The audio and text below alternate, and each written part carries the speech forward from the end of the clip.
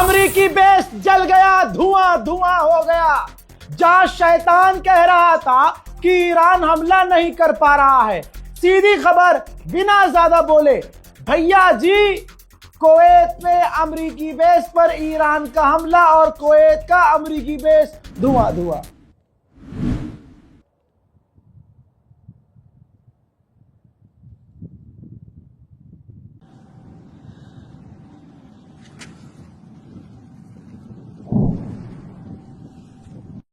Video বন্ধ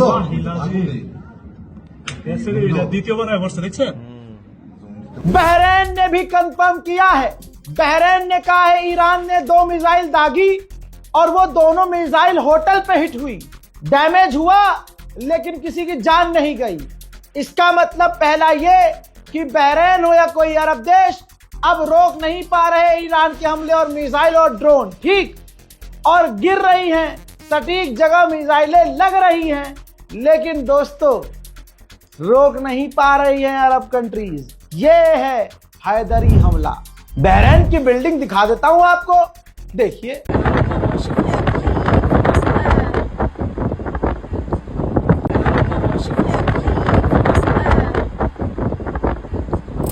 Israel की हवा संट है। इजराइल ने अपने लोगों को वार्न किया है कि ईरान आपको ऑनलाइन वॉर में शामिल करना चाहेगा। मुझे खुद नहीं पता कि इजराइल कहना क्या चाह रहा है, लेकिन इतना पता है कि सारे सोशल मीडिया पर ईरान छा गया है। बड़ी बात यह है कि सऊदी अरब पर दोबारा से ईरान ने कई बैलिस्टिक मिसाइल दागी थी, बल्कि सऊदी अरब ने खुद कंफर्म किया है कि ईरान की 3 बैलिस्टिक मिसाइल को हमने रोका है। उधर हुथीज ने कहा है कि हमारी फिंगर ट्रिगर पर है। ईरान के ऊपर अगर किसी ने हमला करने की कोशिश की या कोई और इस जंग में कूदा तो ढाए ढाए ढुसुम ढुसुम।